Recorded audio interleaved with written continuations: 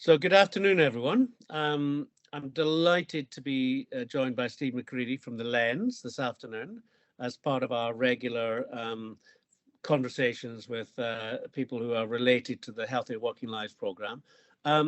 So maybe it's best if I just say good afternoon, Steve, and could you maybe introduce yourself and tell us a little bit about The Lens and what you do? Yes, I could. Good afternoon, John. Lovely to be here. Thanks so much for the invite. The Lens, we help organisations find buried treasure. And by that, I mean the ideas that are scattered abundantly across organisations that have often simply been ignored, ideas that can help organisations to deliver even better impact. And those are ideas from people close to the front line who've got amazing insight, expertise and knowledge. But the real treasure, the real buried treasure, is the people behind those ideas. We develop those people. We develop their ideas, meaning that not only can organisations deliver services better, they develop their ability to do that repeatedly.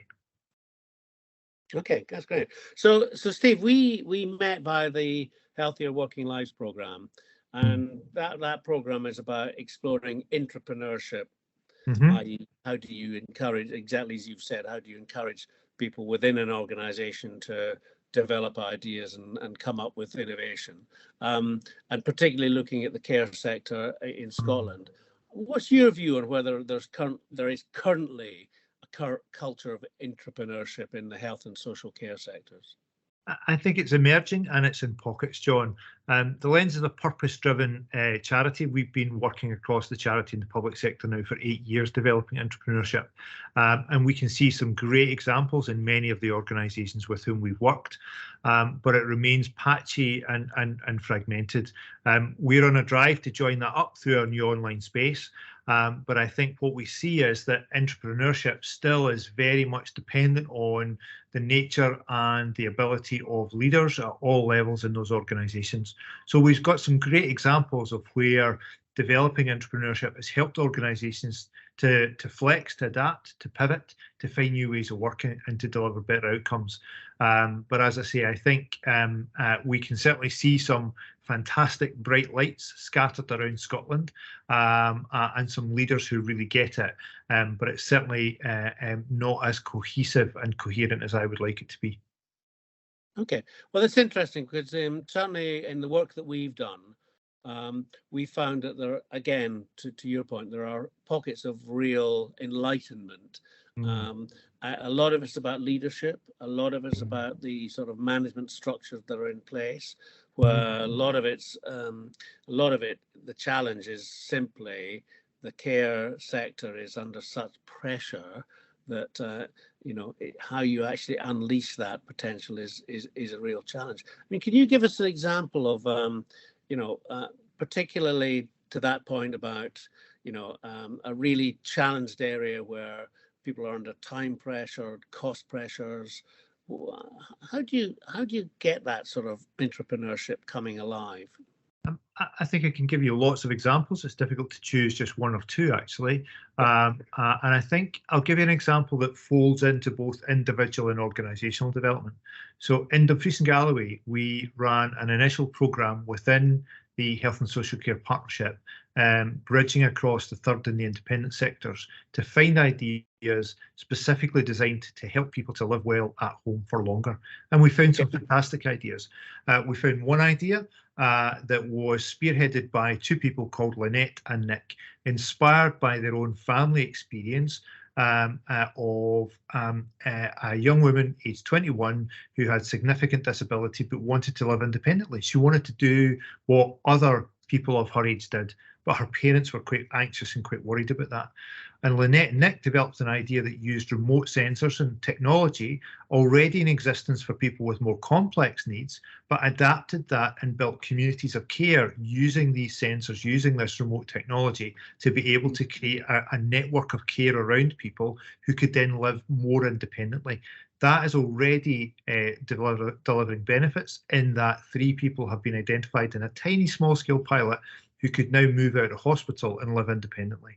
What that test programme has then done is given the Health and Social Care Partnership in Dumfries and Galloway the confidence to extend that programme across the whole of the partnership. knowing that actually, if we can find really good ideas in the small cohort we've already asked, then actually how many more could we find if we go across all 20,000 people in that partnership? And that's what we're now doing.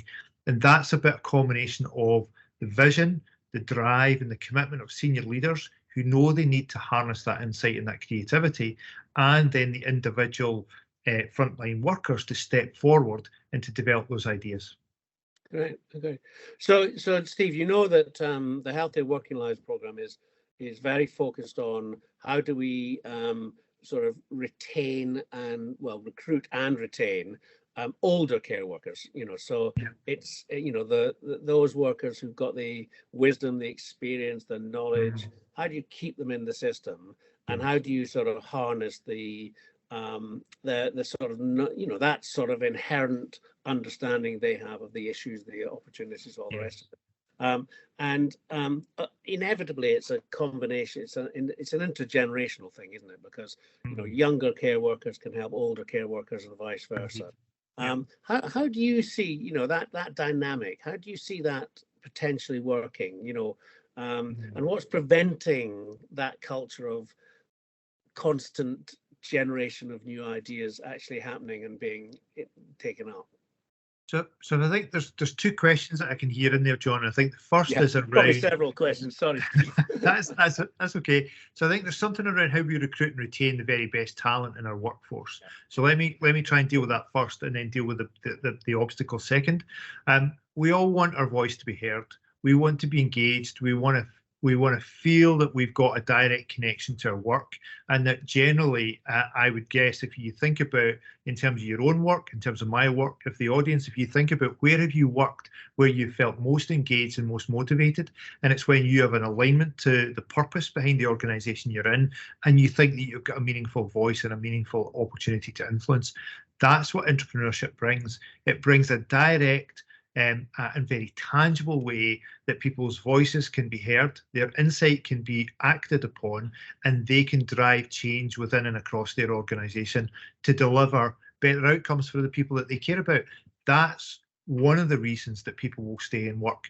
One of the outcomes that we've seen most frequently across the work that we've done over the last 8 years is people who develop those intrapreneurship skills and the confidence and the competence that goes with that, they often then go on to promoted posts and or other posts, because it's built their confidence and it's built their social capital, and that's a fantastic result.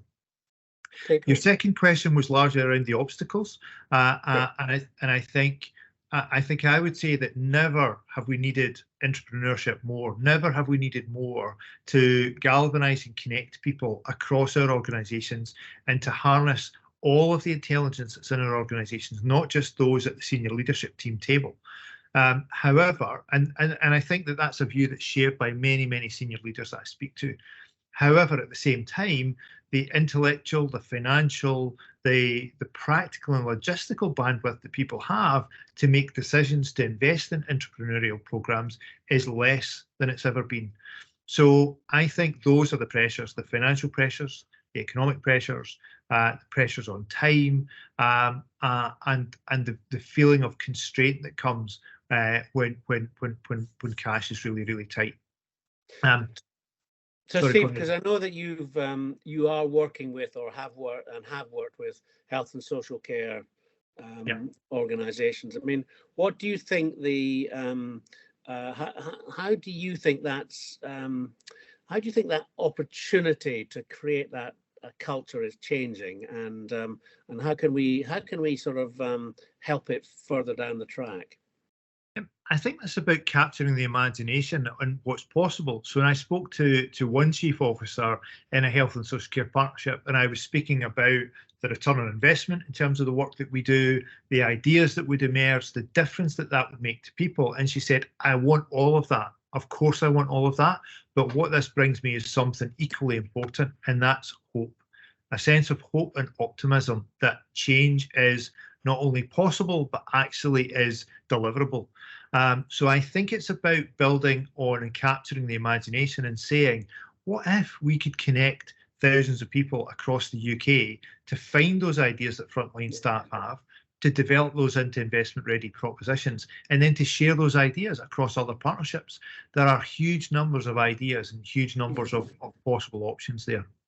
Great. So you're sort of straying into my last, straying into answering my last question, which is about the value or impact of cultivating that culture of entrepreneurship right across the system. Tell us a bit more about that.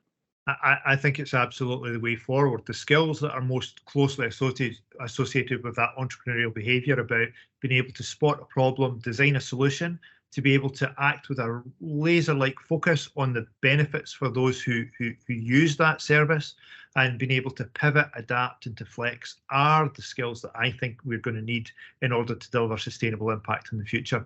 And what Intrapreneurship does is it puts at the centre the voice of those people closest to those we serve, and equally importantly, the voice of those in communities who we're actually working with day to day. So I think Intrapreneurship allows us to find and to develop those ideas that are rooted in the voice of people who use care and support, and to find the transformational change that we need for the future. Great. Steve, it sounds like, I mean, obviously the Lens is a business, but you sound so passionate about what you're doing. I mean, what drives you? I think because I care about it, really, John. I think it's as simple as that. I think it frustrates me that there are ideas that are being ignored. We have yet to hear in the 8 years that we've worked with of somebody saying, I only thought of my idea when I saw the opportunity to take part in this programme. These are ideas that we know already exist, that with the right encouragement and with the right support can turn into new services, new ways of working, and new opportunities that will make a change to positive change to the lives of vulnerable people. And that's what drives me, and that's why the Lens was designed as a purpose-driven charity. We run as a business, yes, but we're committed to improving the lives of people across the UK. That's what drives me. Wonderful. So look, Steve, you and I are involved in running a workshop on the 5th of December at Edinburgh University. There's we'll make sure that we tell everyone the details of where that is and what it's all about. But what do you want to get across to the audience at that event? I think the opportunity that exists, we have a genuine opportunity to connect thousands of people who are change makers across the UK, to find, to develop, and to share those ideas. And I want to be able to get across the value of that opportunity and what people would need to do to begin to make that happen. Great. Well, look, Steve, I look forward to working with you at the beginning of December. Great, me too. And in the meantime, I hope you survive storm, whatever it is that's about to arrive in Scotland. The latest storm. It won't be it's not the first, and it will be the last of the winter. It's passing through London at the moment, but it's on its way to you, let me assure you. So, Steve, thank you very much for talking to me. I really enjoyed it, and look forward to speaking again soon. Bye-bye. Great. Thanks again, John. Thank you. Bye-bye.